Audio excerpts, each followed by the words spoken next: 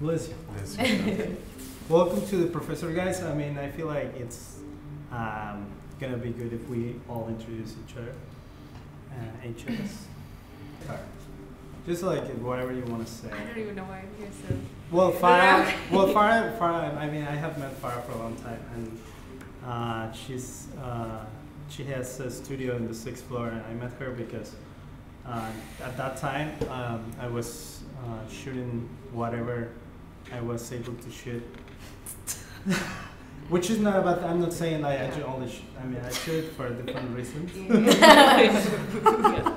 But she does furniture. She's an industrial designer, and she works. One of the reasons that I wanted to invite you is because I always felt that your work has a delicate sense of violence and beauty at the same time. And I feel like the beauty is kind of like obviously the part that it's very captivating on the things that you do, but at the same time when you have a second look or where you really look through your work, I feel that violent part of the object. So tonight we're gonna discuss about architecture, but especially about how architecture creates or changes behavior, and I would like to go to the whole kind of like gray scale of what that could mean, but I feel like since when we started to think about this project, we went all the way to the extreme thought of really thinking that how living spaces, talking about particularly houses, places where people live, how can really create your entire psyche over time without you being aware of it, and how that can go to the extreme levels of either driving you crazy or killing your wife, or like, I mean, that was the chaos that we were trying to think that what would be the worst thing, or like kill yourself, or you know. But obviously, we would like to discuss about like the whole aspects of how architecture can change the way you act, or the way you think, or the way you see reality, at least when you are inside the space. And I feel like your work has obviously some of that because of what I said before. But that's as far as it. Welcome, Farah. My name is Tanya. I'm a photographer, and I work here at Colony. And like as I was telling you guys, been creating these kind of projects, always involving kind of image and perception. So yeah, welcome guys. My name is Ignacio, and this is my first of these talks. But I'm an architectural designer. I'm not allowed to say architect yet. But I work in an office that has, we do a lot of projects in Mexico, in different parts of the country. And actually most of the things that we do is residential, from single family to multi-family. So I think it's a pretty interesting, and in different contexts too. So I think it's a pretty interesting topic. But yeah, I live in New York, and Cool. Does the place you work, it's based here, but works with projects? They base their projects in Mexico. so whatever we do projects in Mexico, we have some projects in Denver. We have done small installations here in New York. But so how it works is that everything on the the schematic phase of the project goes through the New York office first, which is a very small office. Is sometimes like 3 people, sometimes 2, and then it goes up to Mexico, where everything is drawn, then distributed for it to get built, because we also build, and we're developers. So it's like a mix of a bunch of stuff. but yeah, we definitely will call New York the base because it's where we like to be and where everything kind of comes from. What is the name of the T38 Studio. Oh, yes. 338? Forgot to say that. T38 Studio. Yeah. Yeah. It's cool. Brian, I am also an architectural designer and architectural photographer, and I the design director at One Button, which is like a technology architecture consultancy, but we also specialize in residential work primarily and do work mostly in New York, all different sizes and scales. And this is my second episode of the program. That's My name is Victoria. I work here at Colony as well. I'm a filmmaker. And yeah, it's pretty much. My name is Felipe. I'm an architect and painter, artist, maybe. Yeah, I graduated in Brazil, and I worked in a couple of firms there, and I came here 2 years ago. Worked for a year in a small firm, and now I do other stuff. That's it. Yeah, Giovanni, I'm gonna semi-moderate this talk because it's a round table. So, the first thing that I would like to kind of like introduce this subject is when I was thinking about this, we call this project, by the way, the Rotten House. And when I was thinking about this project, I was kind of like trying to explain myself, like why would it be important to think about that, and because what we were talking before, this is like we have a lot of shit already in the world, so why really digging into this kind of like project based on creates people's behavior, but in a very negative way of how you can really like destroy someone's life. But that was the really beginning of the perception that we were having. But I think my first question was trying to understand like why is that relevant, and why like what can you really get out of it if really the goal is not to create really physically those spaces, but to understand like what's the logic of it, and to understand like why it really happens and in those imaginary spaces, but also particularly if those imaginary spaces actually exist in the spaces that we actually habitat is the word in English? Habit, like inhabit. So that was my first thought, and I remember we were having this discussion, Tanya and I, at some point, and we were also talking about how right now it's kind of like a enterprise that is growing, and it's like in different directions, but I feel like there's a really huge industry about the wellness of living that is on a growth right now, in terms of how can you pay, or how much does it cost, or what is really related with the things that you can actually buy that is related with your well-being. And we were kind of like pissed off about that to really be a thing of consumption, and for that thing to really made us think about like, am I not well, right? Do I need to think about that, or what does those really mean? And looking at what really like our reality, we don't get a massage every fucking day. I don't have probably light in my apartment, like natural light in my apartment. So with like our real circumstances of the way we live are basically really not the way this wellness of like this new enterprise of the wellness it's trying to penetrate our necessities or needs.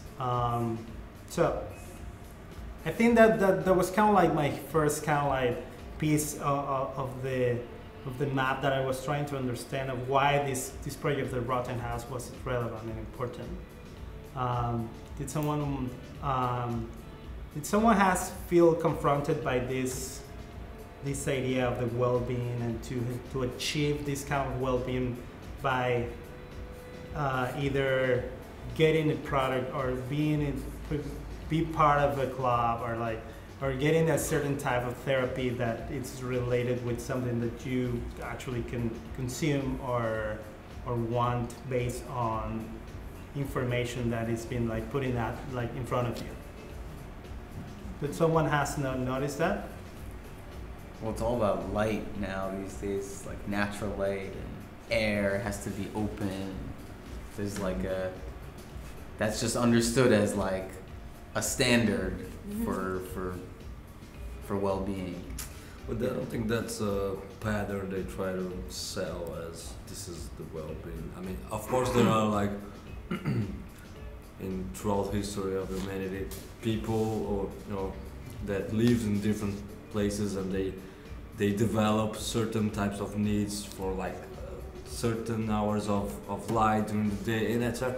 And this like there's like Indian tribes that live underneath the ground but it's like physically proved that it's not super healthy to live in a place that is dark and humid.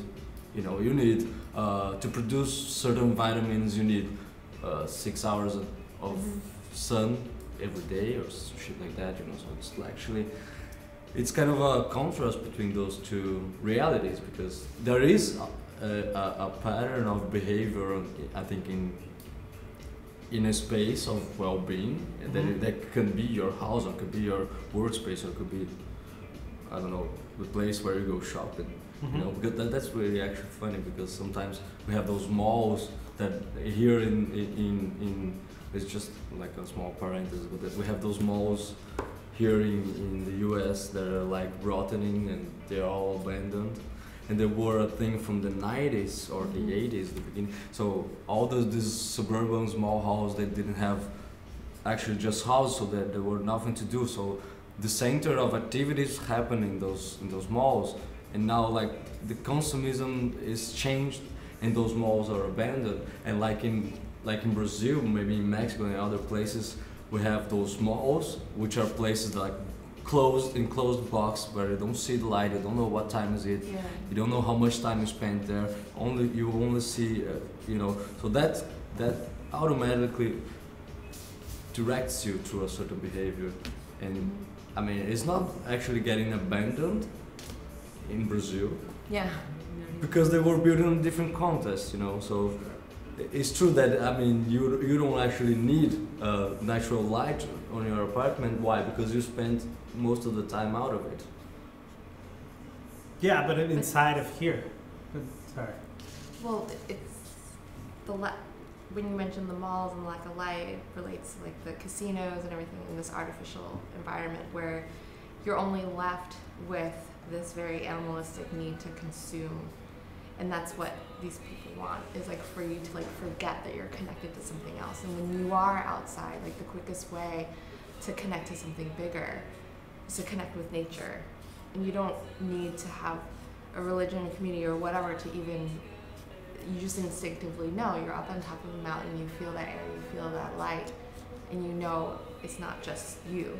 But when you lack light and when you're underneath and when you're those are the things, and so your body is like wanting more, and what they're presenting to you like quickly is like consumerism and like wanting to be something else, and that's why like with the malls and the thing about the malls, it's something interesting, but I think that just the behavior changed because now people just do it from home or from your computer, like you. Which is just as like it's just confined. It's actually even more it was better to go to the fucking mall probably than being in your computer just like at least in your mall. I don't know. Maybe not. But going back with what you're saying, what do you mean with like when you need light, air. Or just that there's for the wellness, right? You're talking that about the there's, like, architectures or that the architecture Spaces. provides an environment that is perceived as healthy as being light and air. But like, you know, we built all these massive cities and spend our time underground in the subway and like Yeah.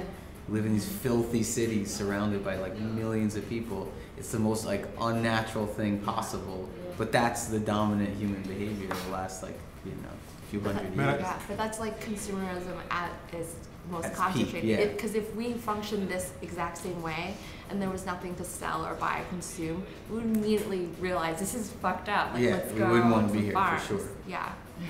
But also, I think like this measuring of the wellness in terms of how much light do we get, or how much plants are around us, and the accessibility to nature and all of that.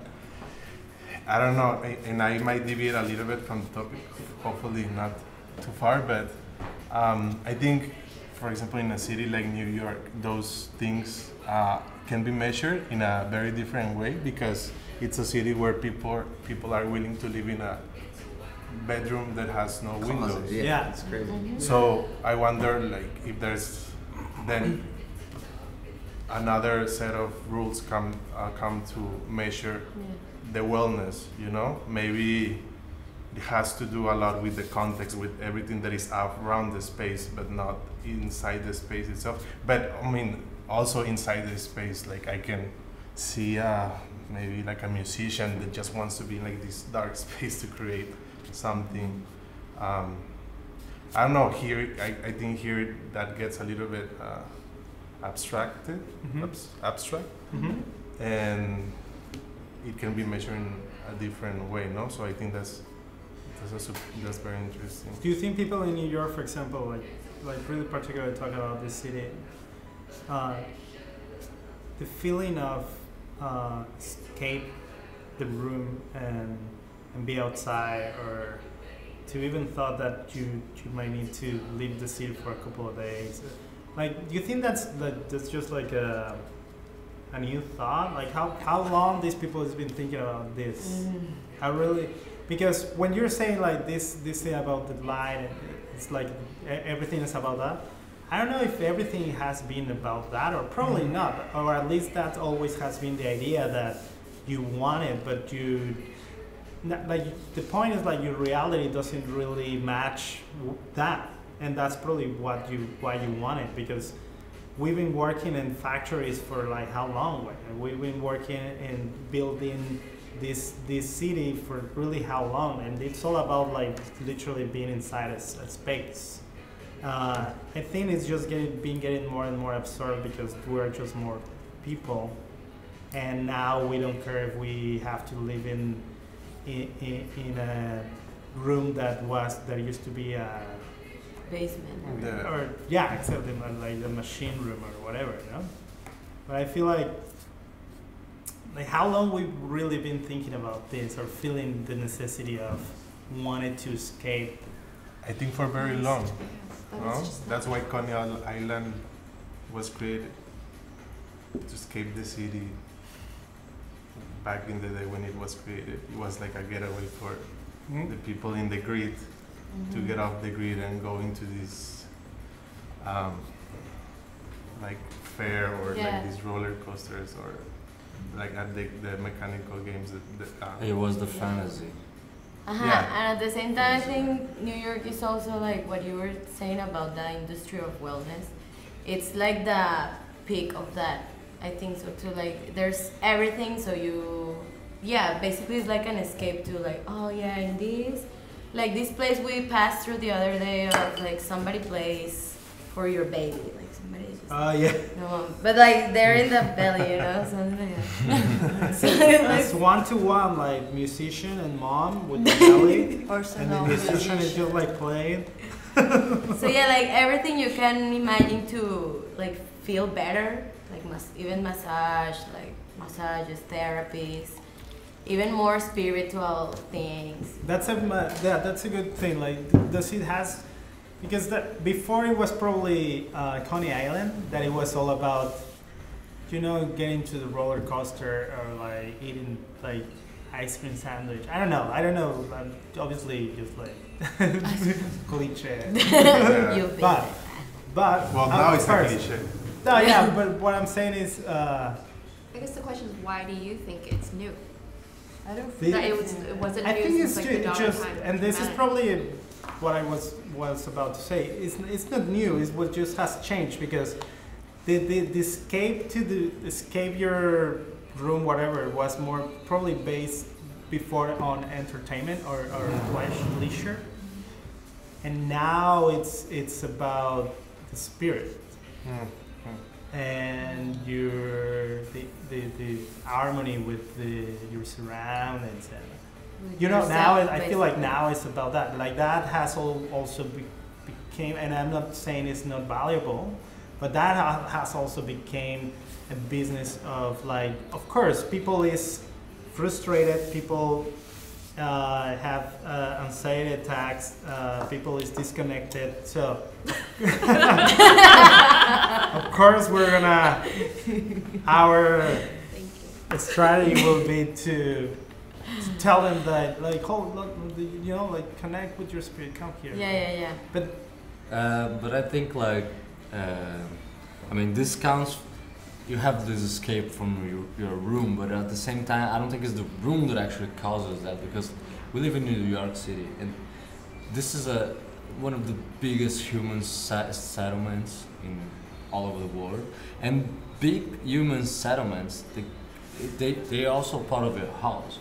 You know? They are your house. I mean, you live in that little room during the night or sometimes in the weekends, but you live in the city, and those buildings that you pass every day across the street, and that people and the guy playing guitar for the baby in the belly, they're kind of your neighbors, and you see them every day, and you know, all these things, they create the behavior that like your behavior is conditioned inside your room, and when you go out, you have your bigger room, which is your city, and that's the interesting part, because this is the public area, is the in between all the little rooms that goes around the city, and this is a shock between behaviors. yeah, And although architecture can manage in a way, because that's the thing, architecture is like, I think for me at least, the base of the word is like a host.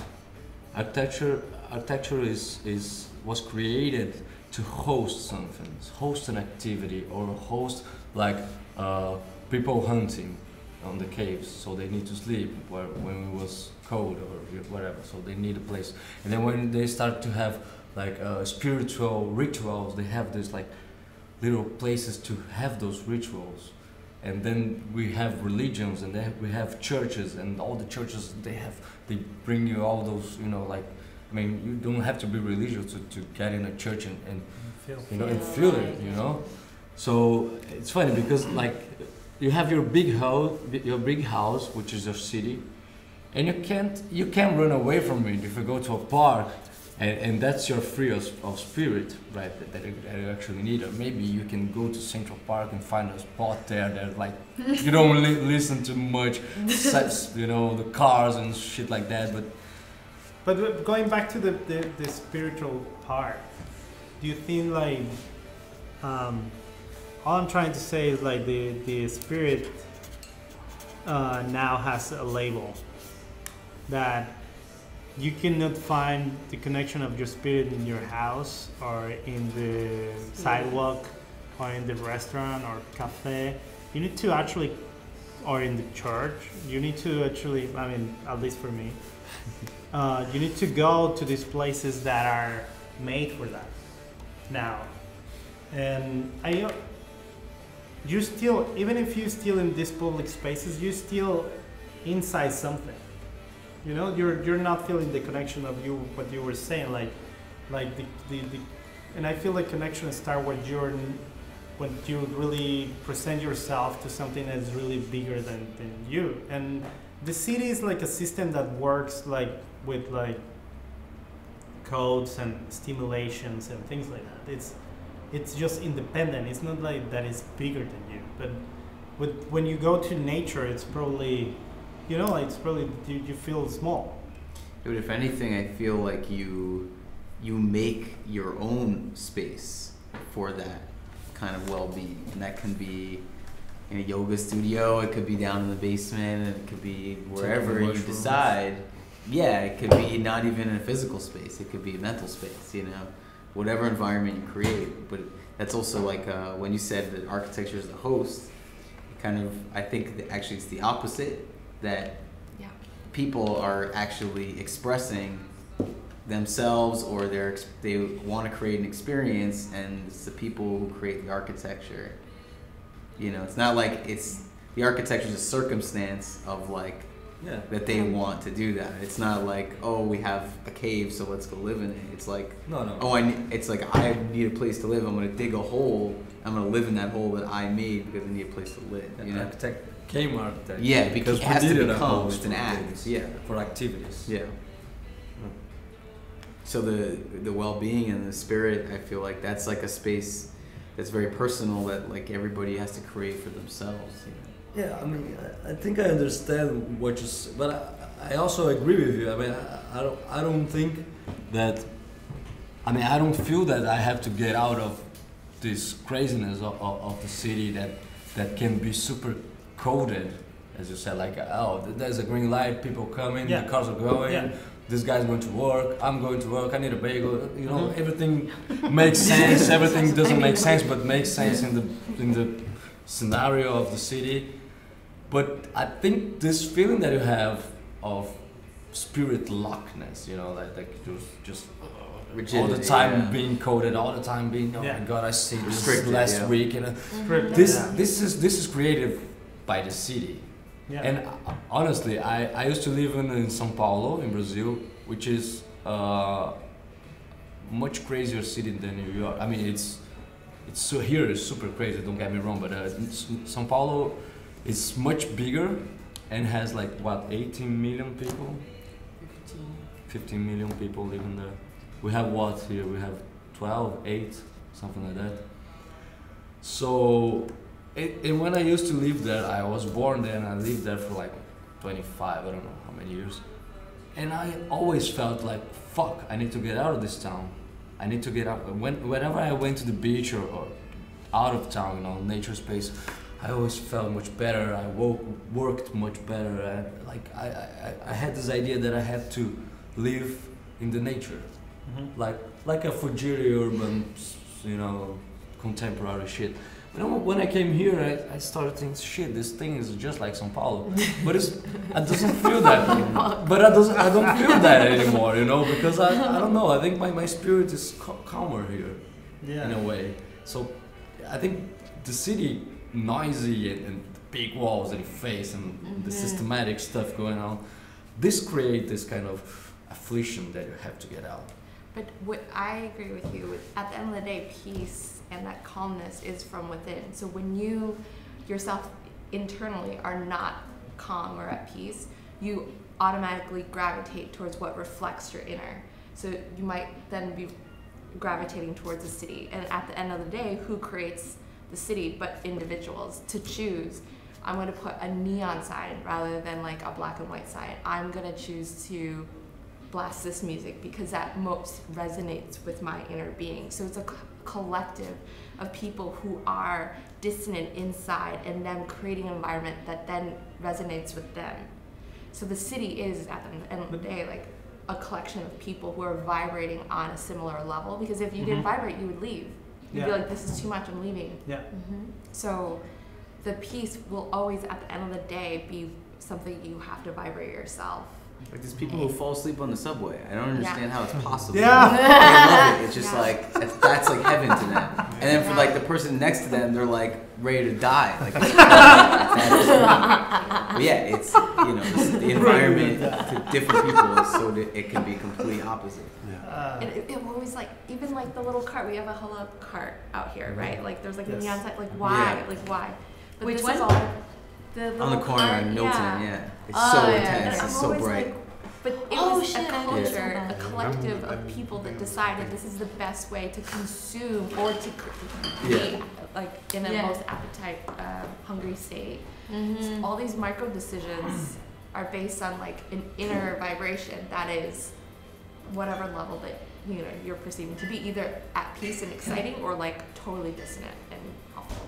The way you describe it, the people are in kind of like in the same vibration of the city. Like you kind of like fit yourself in and just like keep like, like moving and running and going one way to another, whatever. Does it happen? Like I understand, obviously, yeah, you create that space and that's could be anything, pretty much. But it's this.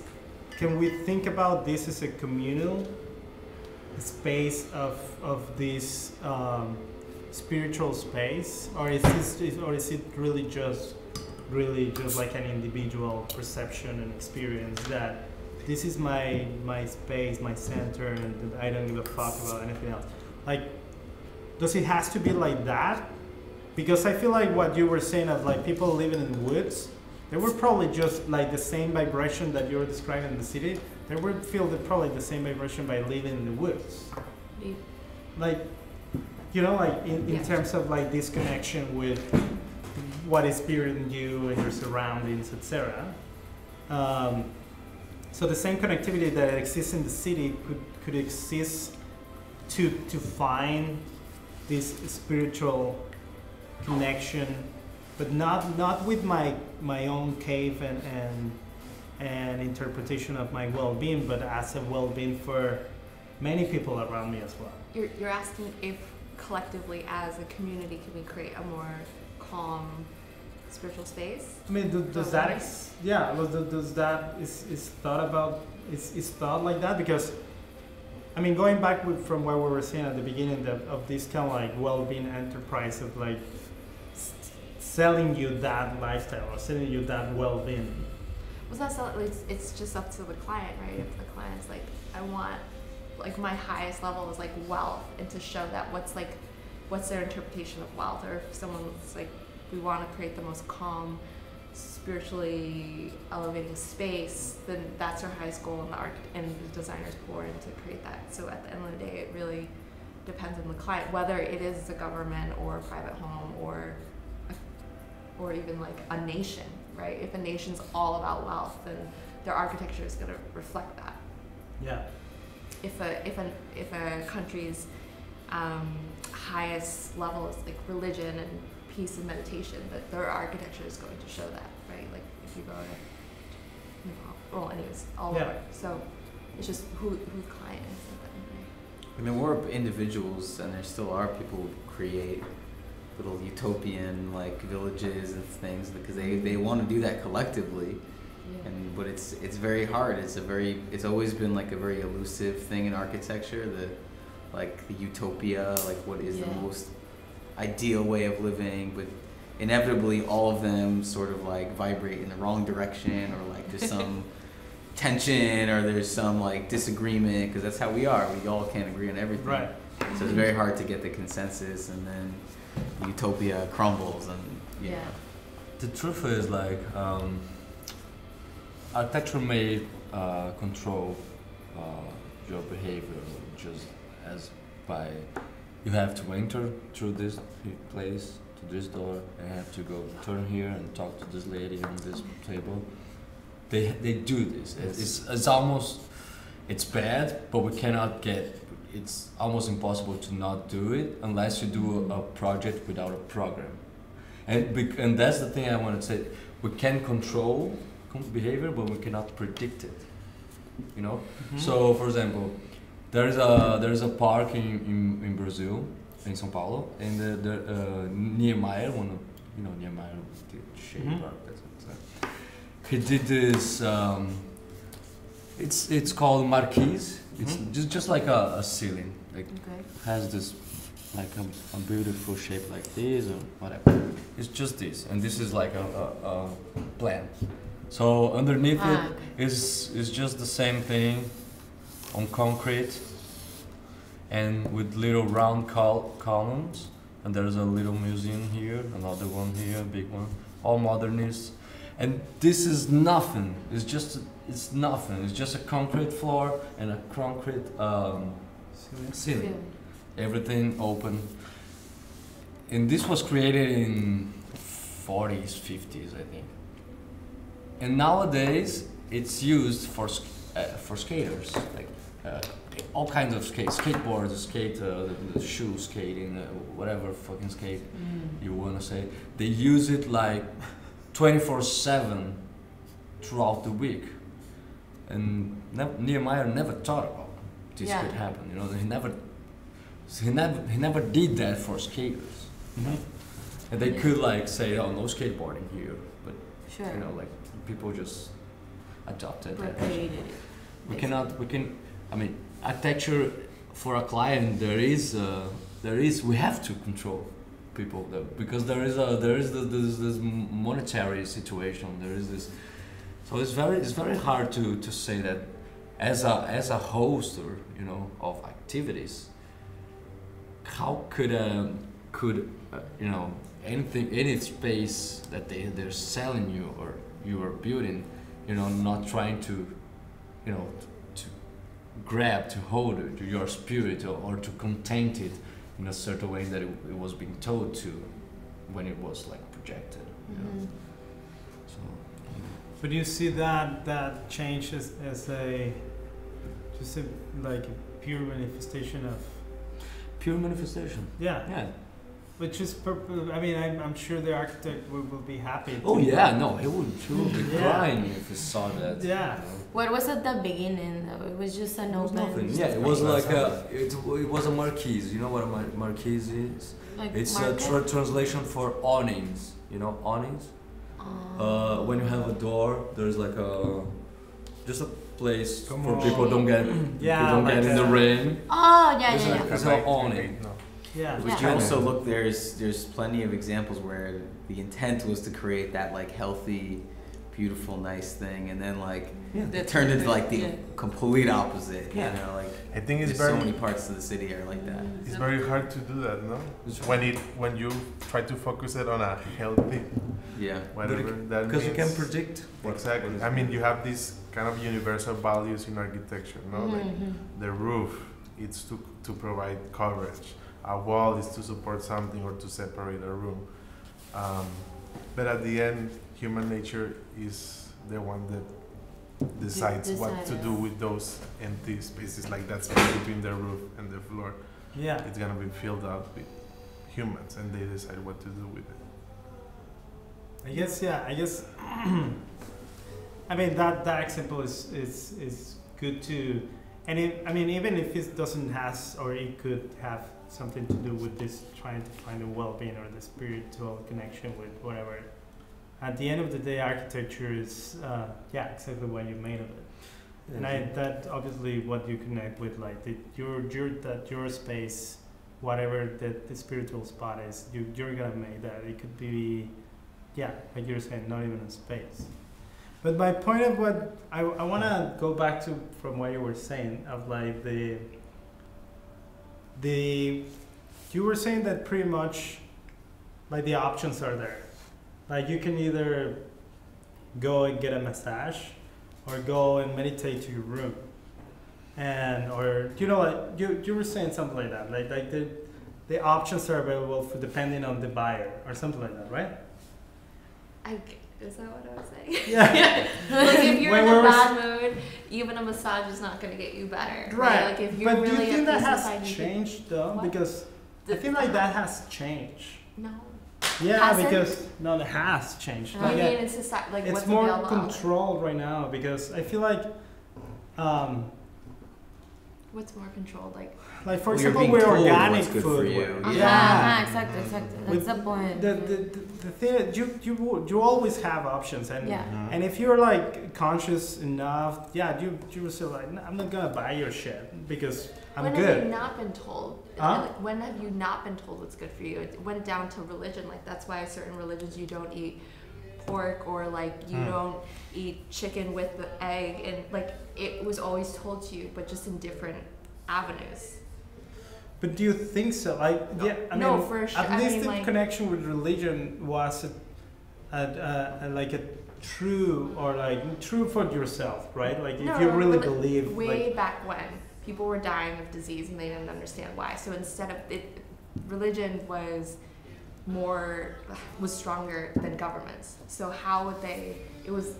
They would instill these rules, like if you don't want your children to die, like don't eat this and this together and do these things, like wash this, There was all these ways to have a healthy life, right? Mhm. Because they were finding out, like, oh, people are dying because of this, or getting sick because of that, So it was passed down through religions back then because they were the most powerful. Now, today, the most powerful force is consumerism. Yeah. It's not the government. The government can tell you all day long, like, don't eat this, that, but you don't listen. Yeah. You listen to the ads. yeah. So it really comes down to like who's in power, and like they're telling you what you need to. Is that like a really like a similar way to think of religion and consumerism nowadays? I mean, I understand the analogy in terms of like who rules the house right now, or who creates the behavior. They But- don't create the behavior, but it's probably Or they- like the highest. I don't know what people listen to the most. But what I mean, is there a difference in terms of like the substance of what you're actually getting Yeah, like don't die, right? with consumerism? No, I mean you're saying like wellness. Right, but the wellness that it's been that is being marketed is not a wellness that is gonna help you or make you happier or make you healthier. Which are you talking about? My point is, for example, with like the food industry, I'm just gonna put an analogy. Like the food industry came to fuck up the things with like mass producing food, to then tell us that, oh no, this so then what we're gonna do, like let's sell them organic shit. But the organic shake is like we buy, like I was uncomfortable probably 3-4 years ago buying organic shake, and now I'm like it's not my first choice, but I don't necessarily neglect it anymore, which means that I'm little by little there, like trying to buy good food, which was not my fault. That the other food is not good. There was just like a miscontrol of the situation. Right, but And I think that's the same thing happening with the well-being, with how to feel well, and But how. you always want to feel well. Back at one point, like drug, sex, and alcohol was higher than what we're perceiving now. It was like you want to feel good. You're feeling pain inside. At one point, like 70s, 80s, whatever, right? Like there was like a trend. It was like if you feel like shit inside, go get high. Let's party. That was like the solution. Like today, the more of the trend is like go do yoga or whatever. So it's just, I mean, people are still getting high and things, but it's just you're just. But seeing, what like, does it mean? I understand what you're saying, but what does it really means? Like what are you really getting out of it? Like back in the days, at least with the religion, you were trying to think about something that you couldn't see, it's bigger than yourself. You know, like they were having these connections with like the divine, whatever what that was. Right now, it's like a transaction of money, which. I think proportionally it would be the same. It's just that there's a bigger population and we can't go back. Because back then when you're saying like, oh, people are having connections with the divine. No, there was a ton of dumb shits that were like, let me just do what you tell me to do. I have no connection, but I'll just listen to you because I don't feel it, but I have to pretend like I feel it. Mm-hmm. You know, that I'm sure the percentage is the same. Because, you know how I know? Because there's still war and people are still fucking killing each other under President Trump, and like we're not like advancing at a level that would prove that it really did change. Yeah. Like, anyway, sorry. No. The architecture. No, I think it's still different though, because my point is like, I mean, like we can find certain analogies in history that's what kind of like what happens like 200 years ago. But and yes, like it's the same formula, but the meaning that it has right now, it's different. How do you feel like it's different? It's different because back in the days, for example, and I'm not gonna get too much into this, but back in the days we had the elements to really fight, for example. Like now, if we really want to defeat the system has the other type of guns or arms that can like, neutralize society in like one fucking second way. Like before then, it was more like real, more like I'm gonna fucking fight with you, way, and like boom, and then we'll fight. Okay. Now that this, just so even that it's the same formulation and the same, how do you say that? Like the same parameters. The consequences are not the same. The situation is not the same because it's getting harder and harder, and the well-being, this idea and the well-being is also getting harder and harder. Like we feel we're more connected because yoga is popular, but that's bullshit. Way. All my friends that goes to yoga is because they were addicted to some drug, you know, and that's the you know, like that doesn't connect me with yoga. Wait, but what are you trying to say again? Like, why is there a trend of because wellness? what your point is like that's been happening. It's been on the same thing always and always, and yes, even though it's different now. Like it's different the situation. How can you counterpart that part? Like how it's different. How it's really changing us and how we're really assuming You that. think it's not changing us fast enough? Is that what you mean? I don't know if I'm explaining myself.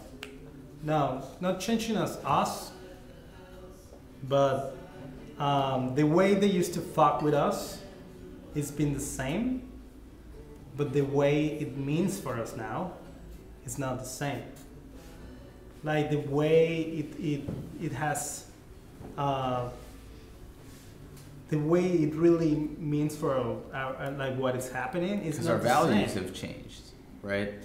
After time, like what's important to people has shifted. Like, and to bring it back to architecture, just remind me of what I saw this morning by Hudson Yards. You know the new like beehive thing. Yeah. There's a whole new genre of architecture that's forming. That's sole purpose is for selfies. It's just like it brings like it's a dumb shiny thing. Yeah. And people go there and they go, I was here. And like that is like such an important experience. And like people are gonna go to New York and that's gonna be like the defining image of like, hey, check it out, I was in New York. Like, and like that's architecture that's supporting that, that's actually creating that. And it's all commercial because there's malls surrounding the whole thing. Times Square, it's the exact same thing. It's just flashing lights, but like it's just noise to like bring people there. But that is the experience. Like we talked about this in the last episode. That like the selfie is like the number one expression of like young people. Like that's how they experience life and communicate with each other. That's how they free their spirit. Yeah, yeah. That's the space that they free their But spirit. does it really? Yeah. Like I mean guessing surely like not, if you but, think about it, that you know. I don't But think does so. it really, Wayne? Maybe. To them it It's does. their To spirit, them it's it's not valuable. mine, It's you a know? valuable experience. To us, it's not. But I the think value it's just is like shifting. being you know? part of like something, you know. Yeah. It's the same Yeah. thing. Yeah, It's and like show that they were there. that and you are that's- part of- That's the thing, I think. part of it, Like basically. prove that. Oh, I was here too. You know? But I just was think it's here with this disturbing guy. that architecture has picked It's up on that stupid, and I is know, but exploiting it, It and they're might trying to free put their the own fucking twist on it. spirit. Mhm. But I think that Yeah. tower, it's something that actually. It's cool. It looks amazing. No, I mean, but it's not solely for selfies. I think it's actually. It will be. It will No. be. You'll see. Oh, okay. No, Yeah. But it That's right. actually works for clearing the water in that like little lake that. It's just a series of balconies, right? And it's all about points I of don't views, know. and That's what I it's read going to be a big somewhere. spectacle or something. Yeah. You know? Yeah. But that's a value that that's architecture. Certain architects are creating a new value, or they're like amplifying that. You know, like even at the Whitney Museum, There's like all those balconies, and there's like already like moments that are just like, all right, selfie spot, like there's a selfie moment. So then all of architecture, I think, will slowly steer itself to like has to have a selfie moment. You know? I think we had that before. Just selfie took advantage of that. Yeah. Appropriated it. I mean, now that you talk about the Whitney, which I think is a very nice addition to New York. Yeah, of course, it's a selfie moment and it's a selfie spot, and it's very popular amongst young people. But I think it goes further than that, because I mean, Renzo Piano has been doing these kind of for decades, scenarios for like a long time, you know. And what when you talk about the Beehive, which is Thomas Heatherwick, no? Yeah, British. I didn't know he was doing. It's supposed to clean. I read that somewhere. I mean, I'm not really sure how it works. He did brilliant. Yeah, I don't think he's trying just to capture, like, kind of give you like a spot for a selfie. Maybe, of course, he inevitably, he's doing it because it's very kind of flashing. And it's a set of stairs, no? It's like a Beehive with balconies and stairs. That's it. Right. There's nothing else. So I did actually, honestly, I didn't know the function, but now that you said, I mean, I'm not sure. I read that somewhere, but I mean, I'm sure that I read it somewhere. I need to. But it's also like creating frames, no? Views towards the. But my point is that expression is now like a value, so architecture reflects that value. That's it. That architects, it's not maybe not that, maybe like, you know, smoking becomes like a thing again. Like there'll be smoking rooms and like, you know, I don't know. It's an expression of what the people want, you know. Okay. Sure. I'm working on a project that there's like a salt UV light meditate. I didn't know that this was like a thing, but it's a thing, and like now like there's a room for it, you know. What is it? It's like you take a block of salt and there's like UV lights and this humidity. It's like a wellness, like color therapy. Wow. But there's it's some a room element to it. or It's like a room, okay. That sounds interesting. Yeah. But it's just an expression of what somebody thinks is like, you know, it makes them feel good or something. It makes them feel something. Anything. Yeah. I guess now that we talked about, I think like we've been exploring this concept of wellness and what it could probably meant before and what it means now. So this is a question for everyone. So then why? Like, is it really important to think about, just to think about it, like the opposite solution of that, or the opposite approach to that, which will be this island place that little by little gets inside you and that change your behavior completely, but not in that. For me, the way you're describing this new venue is it has to me. It makes sense when I think about this, the Rotten House, because even that it's a moment, a space for people to be happy and to express themselves and to share and blah, blah, blah. At the end of the day, what they're really looking at in their phones is just themselves. Just like they're not looking at anything else but themselves. Rotten House is the Rotten House is the name of the project of this architectural space that changed your behavior, but not in a nice way. You're not a nice person anymore. What do you guys think about that? Like what? Well, there is an example. You know, Le Corbusier is like one of the biggest architects, modernism, father, whatever. So I think it's his. There's a like a not a city but a settlement of houses he did. I think in Germany. Not sure though. Or maybe in England actually. Post-war, something like that. So a lot of houses, the same houses, beautiful project, etc. Like all the architects love it. But there is like this is the highest suicide rate in the world. In that place. Yeah, and I think actually they demolish it after Oh, a while. really? Yeah, and they couldn't explain That why. was an experiment of Well, that guy. but where- modernism, at the end, it was a failure. No, all this. No, I big, mean, I'm not contesting like It it's doesn't credit. surprise Yeah, me. yeah. I mean, there is examples of that in not only on modernism, you know. So, Yeah, so but Right. but it's something that we cannot control. Maybe I mean, we try to interpret.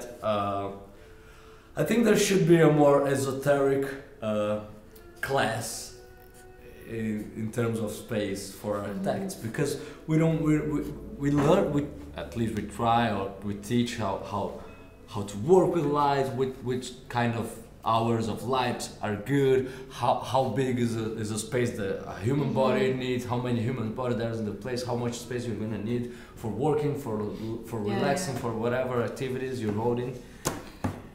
But at the same time, we don't have this like, oh, this color, and if this light is open and the 7 o'clock sun's coming directly to this, it reflects in the kind of vibrational yellow, you know, frequency that actually puts you down, and we don't know that.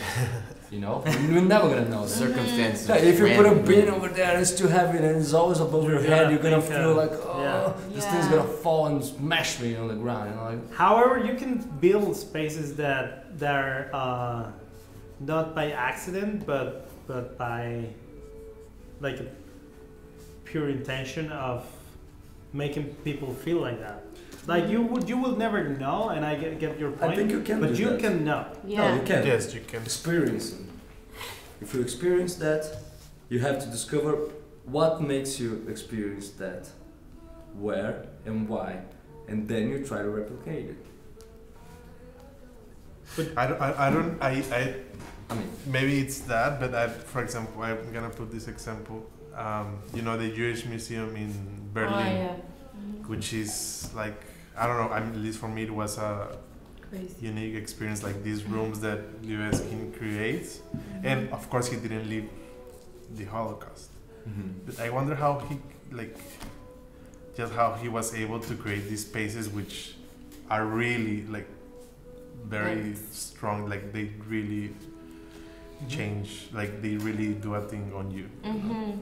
So I wonder if how it's- could we, with that project, right, with not the construction ready, but just with the project, know that when you go there to visit it, you're gonna have that sensation that Yeah. you have when you go there. You probably experience it somehow, you know, in a way. Maybe you went to a forest with trees and it was dark and it was grayish, and Yeah. it's just like, yeah, like this repetition, this kind of maze thing, this, you know the Holocaust Museum in Berlin. I have seen It's pictures. beautiful. It's amazing. Yeah, but how can he connect that kind of very natural, like Yeah. in the scenario that okay, I'm in the forest surrounded by trees. No, I or mean, it's dark, I, like, this it's was an fine, example. But yeah. how Yeah, can he yeah. connect that to the horrible thing that was? You have to the be very Holocaust, sensible.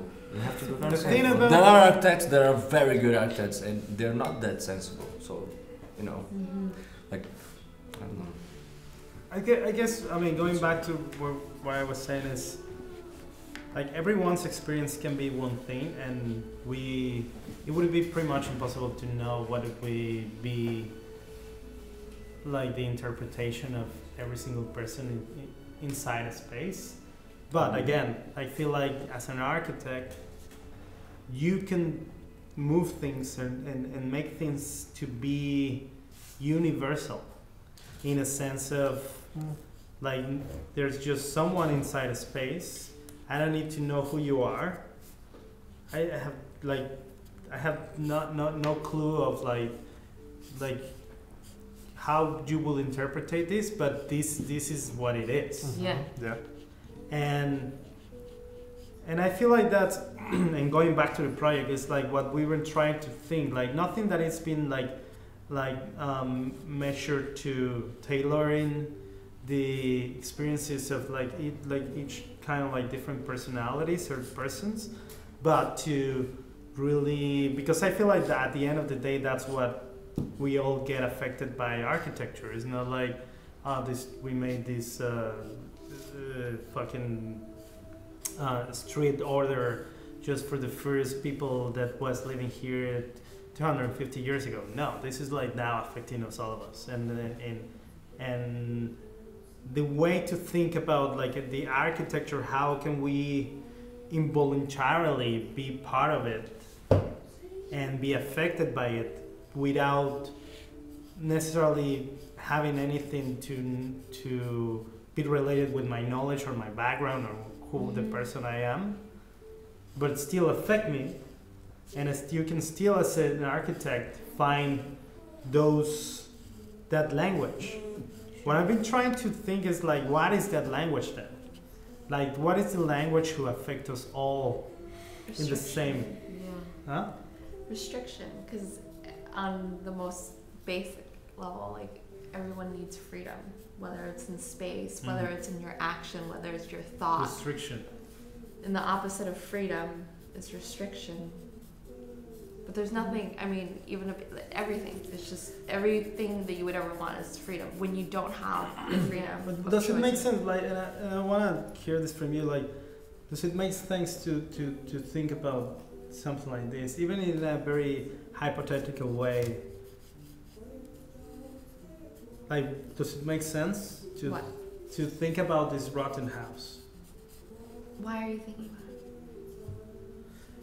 Because I'm trying to understand that Opposite part. yeah, like that other, but it's an opposite part, but I feel like it's a part that we all also live in, and that's the connection of the well-being industry, because the well-being industry is trying to like take us out of there, but we were there, like we just became part of these like rooms without window, and suddenly kind of like just be okay about it. So you're trying to understand like how we got here in the first place.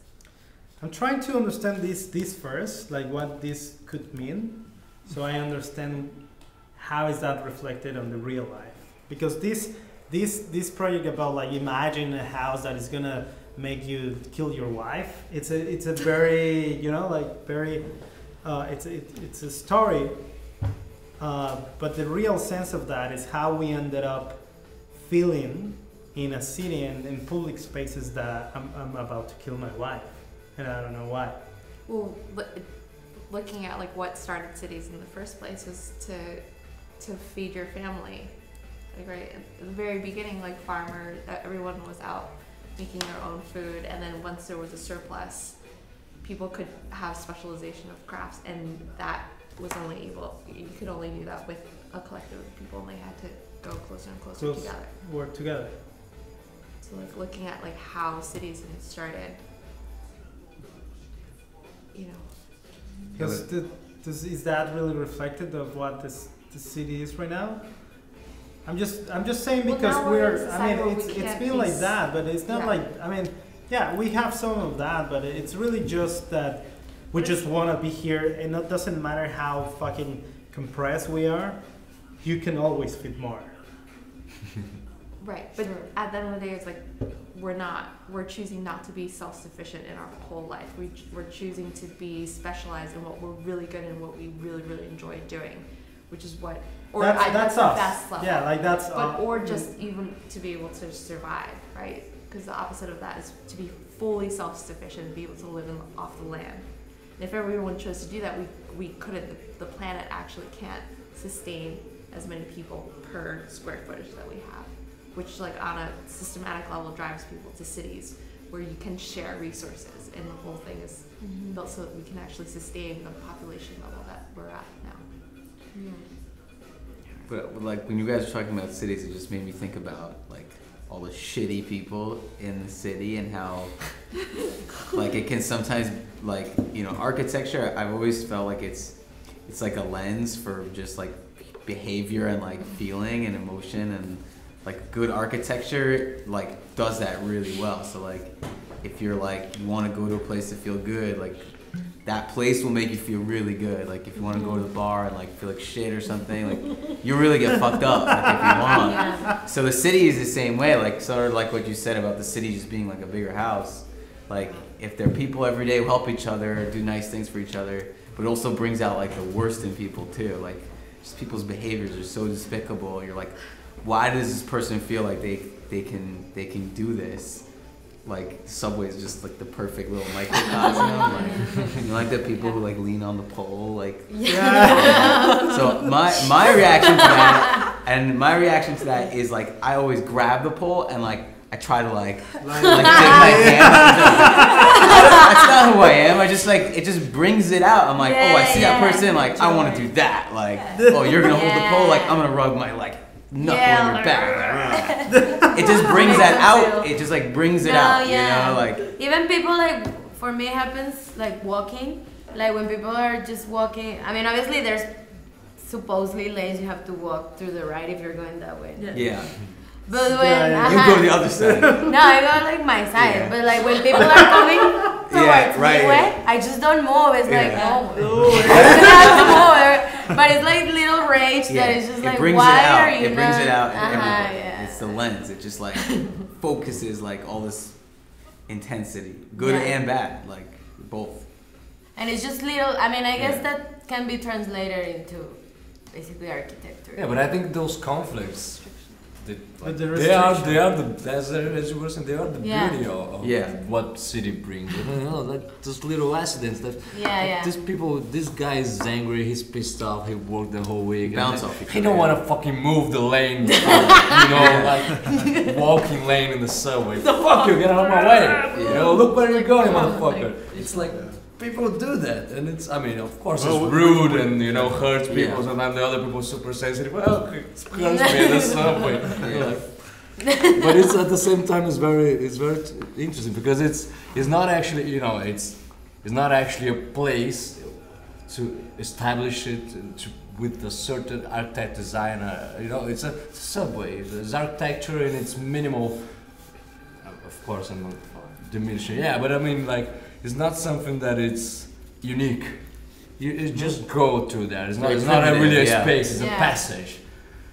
And is also developing the behavior of many people around, and it's almost the same behavior. So there is one thing that is super collective about it, like. Yeah.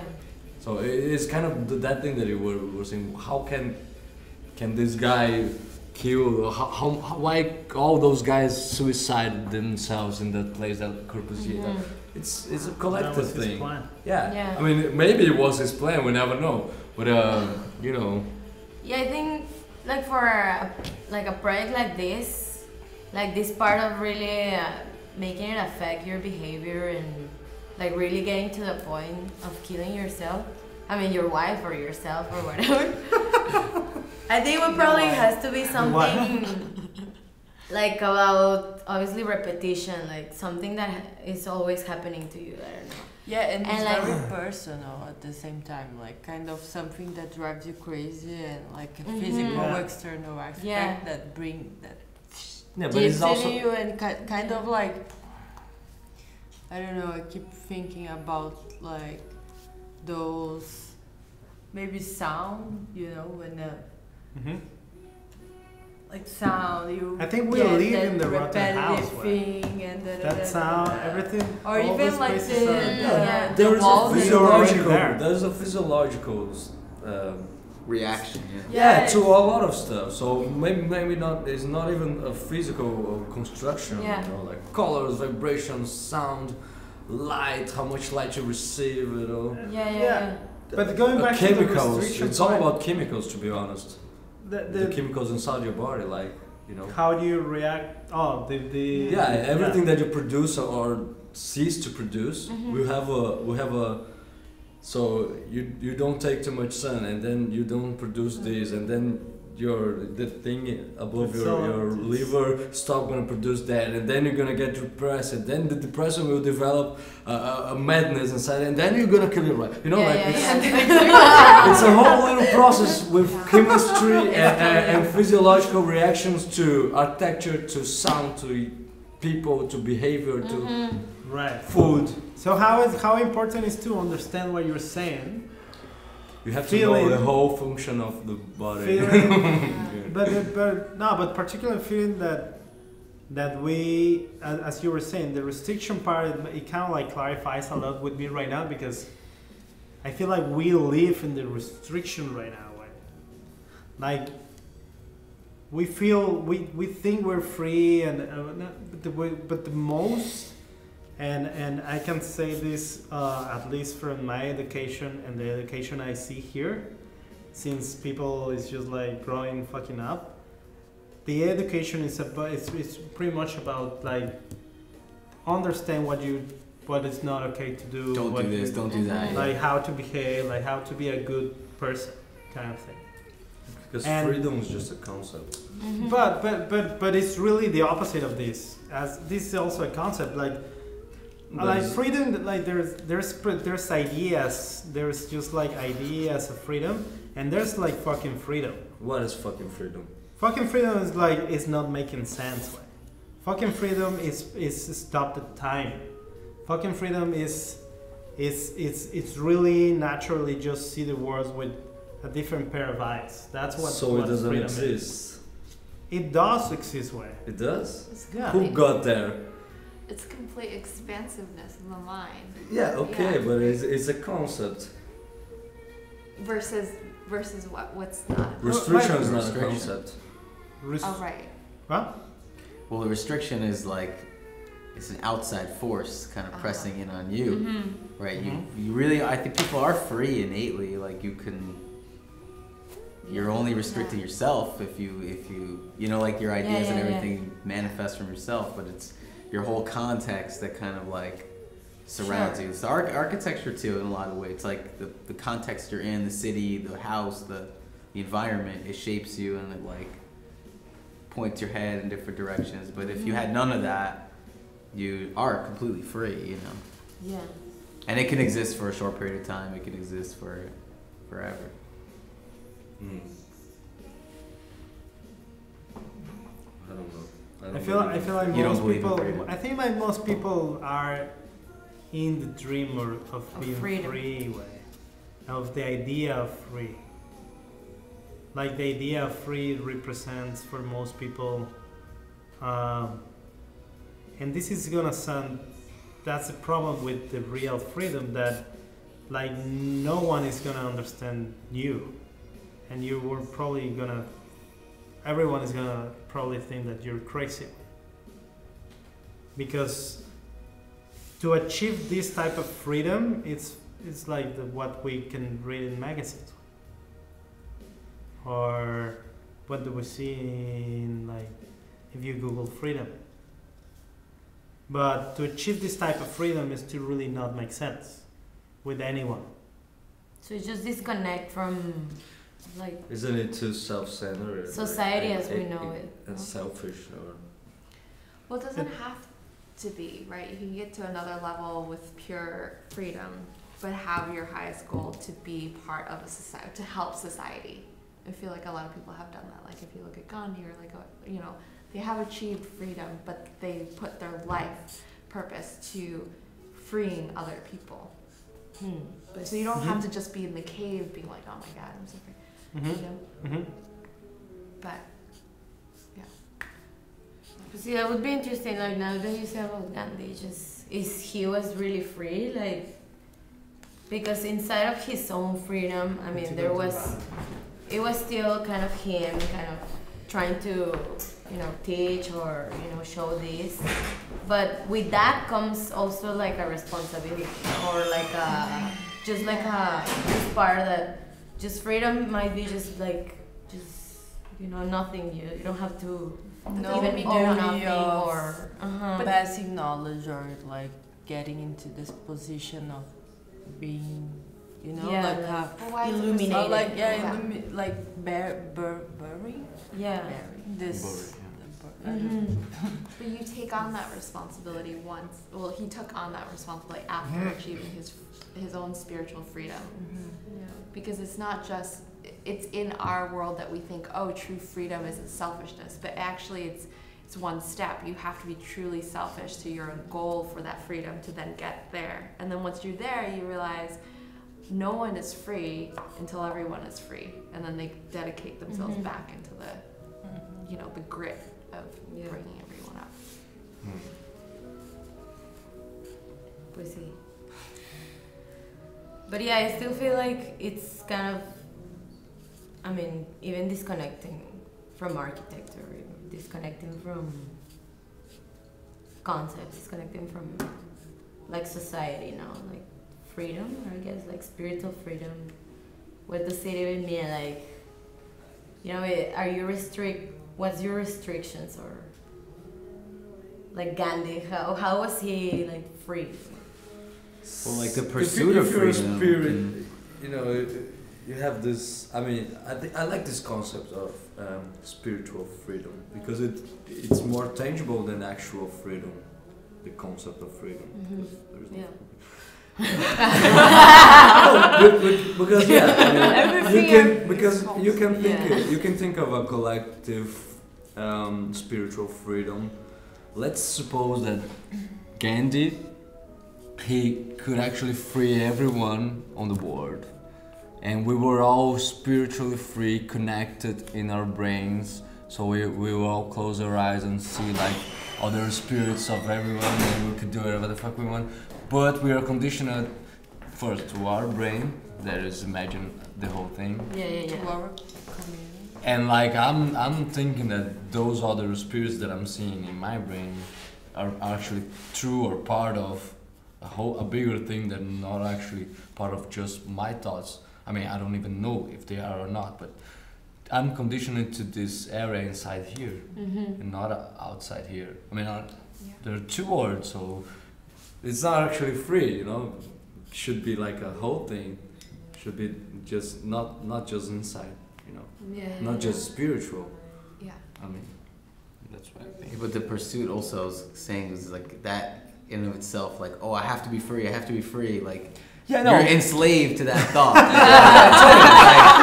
like I have to get out of the city to be free, like now I'm in the woods, like I have to be in the woods, I have to climb the mountain, like like it never ends. Like I don't have Wi-Fi. You're always enslaved by that, like you know, just even like thinking about that, you're like. And that's like why I say having it's a that idea of concept. freedom. That's why I say it's a enslaving. concept, because every time you suppress one need that you have, like, oh, I get Wi-Fi, yes, I don't need to search for Wi-Fi anymore. Oh, I get out of town, I'm in the woods now, great. Oh, I need to eat. Oh, I need to fucking find an animal and kill it. It's never good enough. You know, like, you never get there. That is like it has to be wired in us to strive, even to the highest level, even when you're done. Because otherwise, if we didn't have that on an animalistic level, we wouldn't be able to survive. We would just die. Like, You all were right, just I'm like, cool. Like, I'm alright. Am I hungry? I don't know. Let's Stay in be bed honest. all day, every day. Because we are just like machines. Like Yeah. we're like biological machines. I feel like this concept, and I've been hearing this more often now. I hear this a lot, but very often when I was a kid, but now it's getting more popular again. This thing about the placebo effect, of like just like something that you just like. You tell yourself, yeah.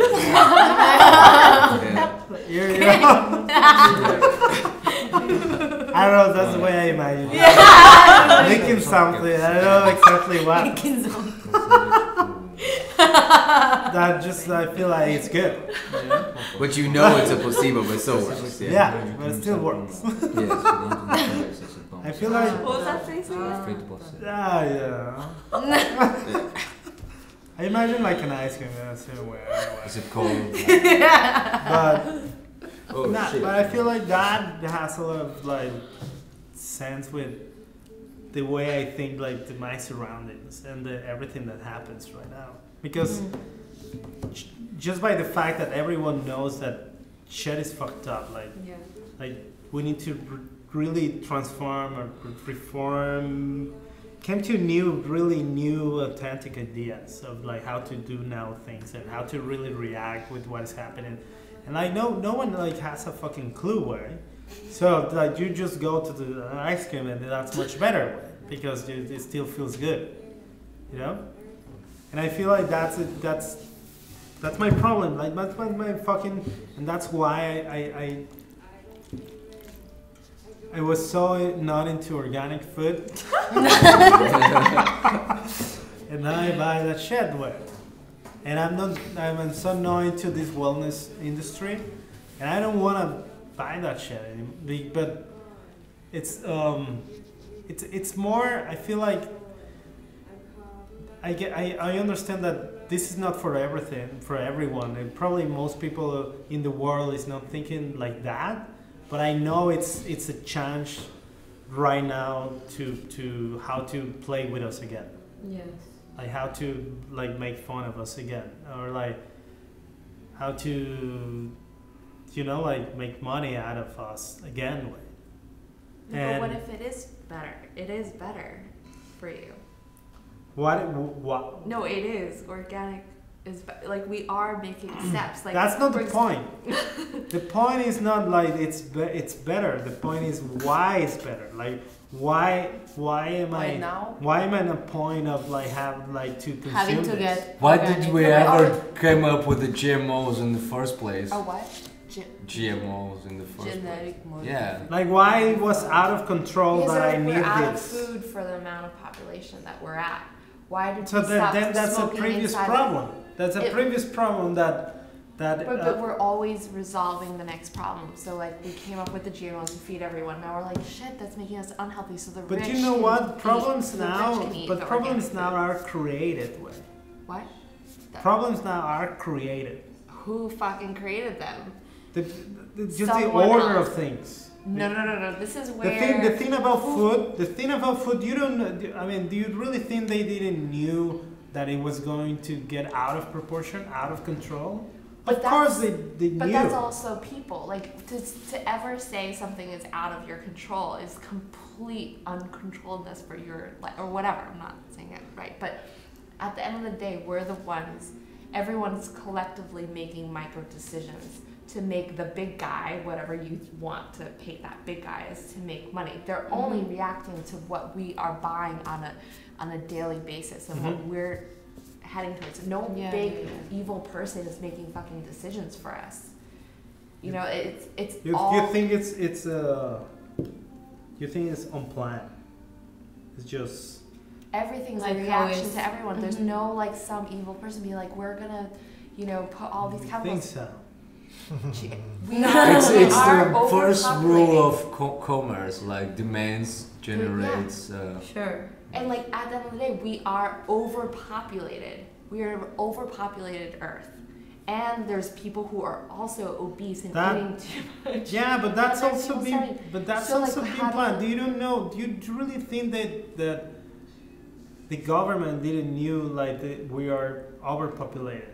Do you think that? No, but what- then what are what's the the dis- solution, Giovanni? We are either going to make chemicals that make more food faster with less resources, or we're going to demand abortions. Why we That's got the there in the reality. first place? Like No. why? Why are people having so many babies? If you want to really look at the truth, why are we helping people when people have cancer? Why develop cancer? If you didn't want like chemicals in your food, we do not need to be saving people and helping people birth their children and solving diseases, because what these GMOs are for is to feed everyone, to save everyone.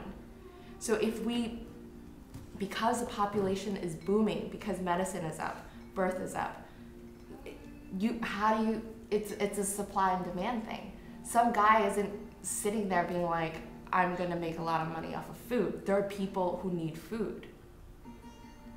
That's it.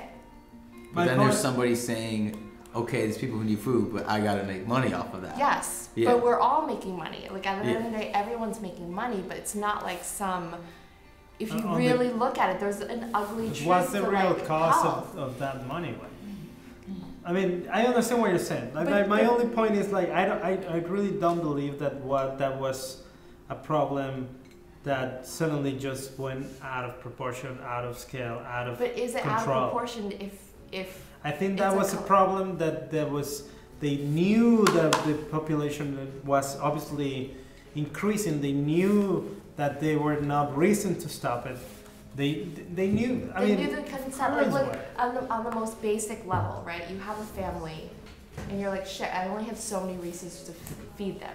Do I make food cheaper, or do I tell them to stop having babies? You know, like it's At the end of the day, whatever very, what it discounts is money. Yeah, yeah. So no, if, no. It's to humanity. It's to humanity. Because Giovanni, if humanity was you what would- it counts after, before this, We would have we- solved everything. Yeah. yeah, would have we're been being in a different. completely different panorama right now, like a completely different place. I- This is the problem right now, and this is our. Problem solving, like for money, basically. I think. no. I on a big This was just scale. a consequence of things, like to make money out. Ah, Yeah, es un but esquema. from Derecho. the initial, for the initial goal of feeding people, because at the end of the day, everyone here is trying to make a profit and make and be happy, right? So like some people have found it their way to like I don't make know. food. Some people found it their way to like save lives. Yeah. But if you just look at the numbers, you have these many people and you have this many resources, and the resources are shrinking. So what do? You either stop them from That was just giving, they were trying to No, it was resolve very, a like- problem. but I think it's But- just really fucked up to say like there's just like some evil guy up there that's like making I'm not saying all it's. these. I'm not saying it's like one, but it's probably 10. You know, But like it's for the initial. I mean, it's just been like bad decision, like I guess in all society, like. But There's just no way of kind of controlling everybody into like. Tracking down. Like it just has to be like some sort of overall solution to things, you know. No, like, but I think food. I agree with you, but at the same time, I mean, for food is a very delicate subject because we have those fucking huge corporations that has money in all of kind of business all over the world, and like and we always did like organic shit, and then we created this system of a lot of Supply and demand. different types of food that has these modifications to last longer, so they could reach places that it wasn't reaching before. It could be it was growing faster. It was easier, modified. yeah, and cheaper. Mhm. And at the same time, when we found out that this was bad, like this company is still like, no, you have to use my seed, or and at the same time we found out that there's bad. Oh, you can buy this organic product, but it's like twice as much. Why is twice as much? Mhm. Because it's And why? well, have you grown food? yeah, Giovanni? because I have. it takes more work. It's Yeah. more. It's actually, you know, like with the like with. It's not a problem if you're trying to feed your family. It's a problem if you're trying to feed the fucking town. Yeah, so You that know? goes back to population supply and demand. Like, at which point do you want to Which- solve? Do we want to like just blindly feed more? Like, it's just the numbers game. Yeah, yeah. I understand what you're saying. I think that the solution of it Urban farming came is the after. solution. Right. Like the problem was first like we're too many. Oh, we're too many, really? What that means? Like just keep like we're too many. We're So too how many, do you- sir. We're still too many. So we Oh, need let's to just like make money more then. food. Like just. Make I more think they food. made the food to solve two problems. Let's feed all these guys that are here, and they're gonna have babies, but let's kill them a little bit. Yeah, yeah, Let's yeah. kill them Poison little. and food. Obviously. Let's give them And some we shrink the cancer. population a little bit so we don't have this problem in the future. No, yeah, and that No. came after. That came after with Sugar Way and all of that. It's just that. It's just out of control. There's just too many people. I mean, I feel that's one of the reasons that all these products are also like super popular. Just like to kill you slowly. Well, the- Why with would they the- kill you slowly if they can kill you instantly? They want to make Because money. How, they wanna make how money, are they yeah. gonna? How are they gonna kill you? Just like, oh, okay. You, they, you Yeah. can't, yeah, like with farming, right? If you just did it naturally, you can't, without the chemicals, we just can't produce enough food.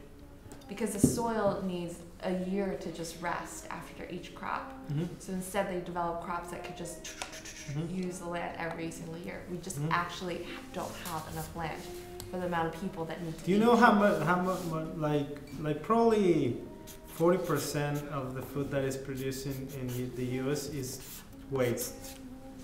Yeah, and whose So- fault is that? It's so, the individual's all fault. I'm- It's all- not like the big all guy I'm saying and is people not- up here. It's not, yeah, it's not about like, oh, how we make more, how we make produce. No, it's this way. It doesn't matter how you produce, it matters how much you sell. It doesn't matter how much you waste, it matters how much you sell. So,